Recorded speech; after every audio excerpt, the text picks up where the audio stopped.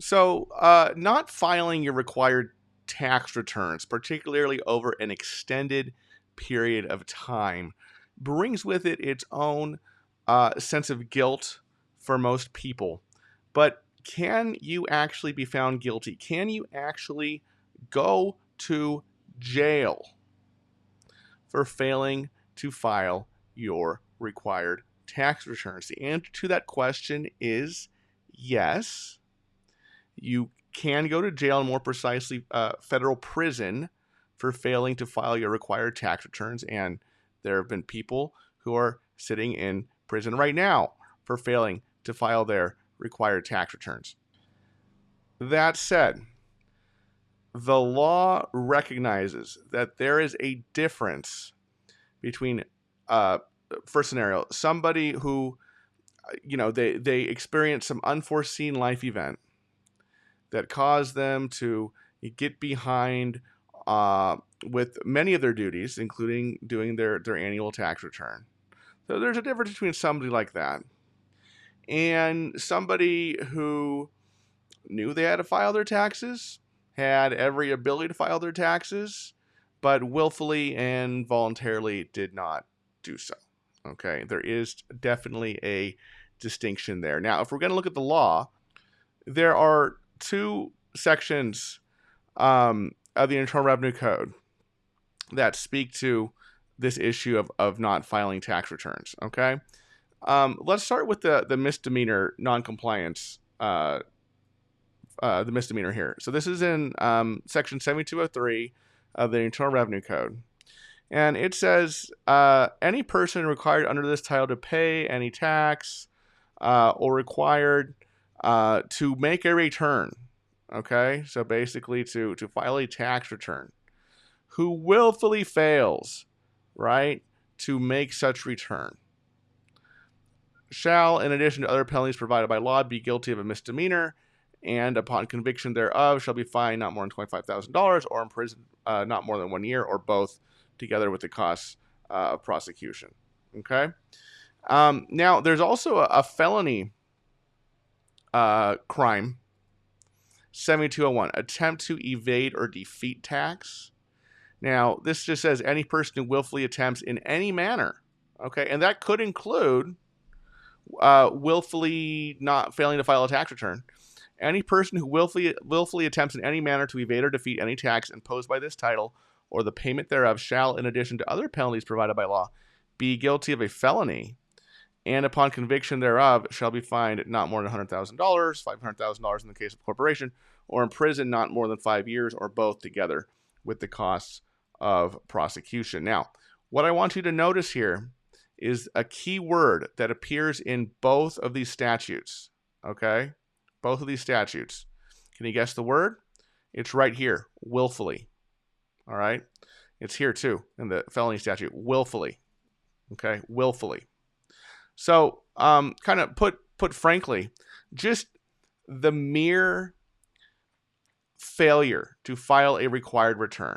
Okay? So April 15th comes around, you don't file an extension, just the mere failure to file a return does not in and of itself constitute a crime. The willful failure to file a return does. Okay. Now, don't get me wrong.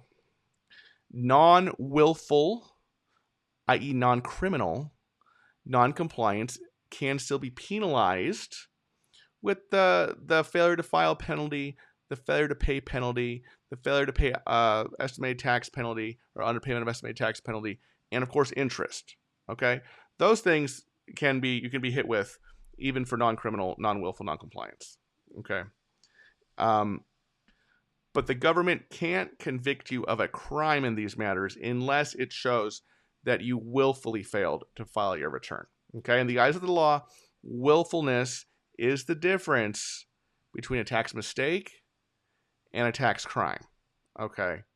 Now, when we look at the Supreme Court cases and other court cases dealing with this issue, often there's no question of whether or not the individual failed to file a tax return or failed to pay a tax, or in the case of this individual bishop, filed a return with false information on it. Okay.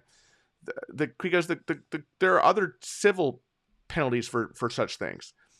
For the criminal prosecution, for someone to be convicted, there has to be willfulness, okay? And the question, of course, then is what is willfulness? And in the Bishop case, the court laid out a fairly good, a specific definition of what willfully is, okay? So I'll just read an excerpt here. Although the described states of mind might be included in the normal meaning of the word willfully, the presence of both an express delegation and the simultaneous requirement that a violation be committed willfully is strong evidence that Congress used the word willfully to describe a constant rather than a variable in the tax penalty formula. The court, in fact, has recognized that the word willfully in these statutes generally connotates a voluntary, intentional violation of a known legal duty. A known legal duty. Now, there are other aspects of, the universe of laws that we live under, wherever you are, whether it's federal or state or otherwise, where, ignorance of the law is not a defense. Okay. In this case, in the case of these specific tax crimes, it is. Okay. So, for example, let's say you're an older person, and let's say you were told by a tax professional, right, that, oh yeah, once you retire, you don't have to file tax returns anymore.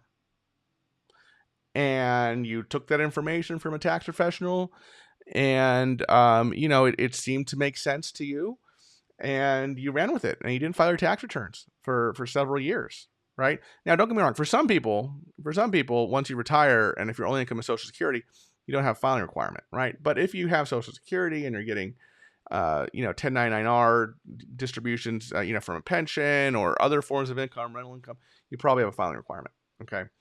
But that would be a case where, yeah, the person was ignorant of the law, but the government probably still couldn't show willfulness in that particular situation, because for that individual, that did not constitute a voluntary, intentional violation of a known legal duty. Okay, so and there's so many examples of this that we see, every day at Choice Tax Relief, people calling in, I got hospitalized, or I got a death of someone close in the family, or a divorce, or just some unfortunate life circumstance that happens to many people every day, as unfortunate as they are, and they're like, man, my mind was just not in the right state, I could barely get up and go to work. Like, it's those kinds of stories that we hear, and when those folks get behind on their taxes, it's generally, that would be hard for the government to show willfulness. Okay. So oftentimes we have to reassure folks that, hey, it sounds like with your story, it doesn't sound like this was a willful failure to file or failure to pay your taxes. Okay. But let me be frank here. We do talk to folks every day where, it does seem that there was a willfulness there. Let's say someone starts making money and they didn't want to file their tax return. Because they didn't want to pay their taxes that they were due. That's a voluntary, intentional violation of a known legal duty.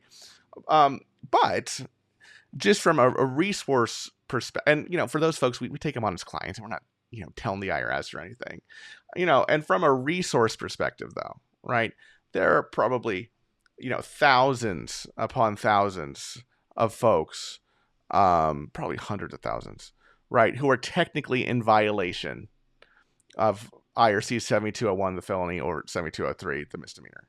Okay. But just from a resource perspective, because of the immense amount of resources it takes to investigate and prosecute these crimes, they're generally not going after folks from a criminal perspective, unless it's a very high dollar amount, unless it's a kind of a person who's out in, what do you call it? A public persona, public figure that they want to kind of make an example of. If there is just some very egregious scheme, right? Things like that would cause the government to kind of weigh the resources versus the benefits of the prosecution, and perhaps start an investigation to such a person. Okay, so I'll leave it at that. I'm going to make some other videos actually in the near future, kind of pertaining on the criminal side of all this stuff, right? Criminal failure to file, criminal failure to pay. What is the difference between tax evasion and not paying your taxes? The felony versus the misdemeanor. What's the difference there? There's some interesting court cases and all these things that I'm going to be going into over the next few weeks here. I'm going to be publishing these videos, I think, on the next few Saturdays. So just keep your eyes out for those, in addition to our regularly scheduled program during the week. All right, folks. Thanks so much for watching. There's some other videos here on the left-hand side of the screen about tax crooks and tax fraud and things like that. And I will, of course, what am I doing up there? There's two of me. And I will, of course, see you in the next video. All right, folks. Bye-bye.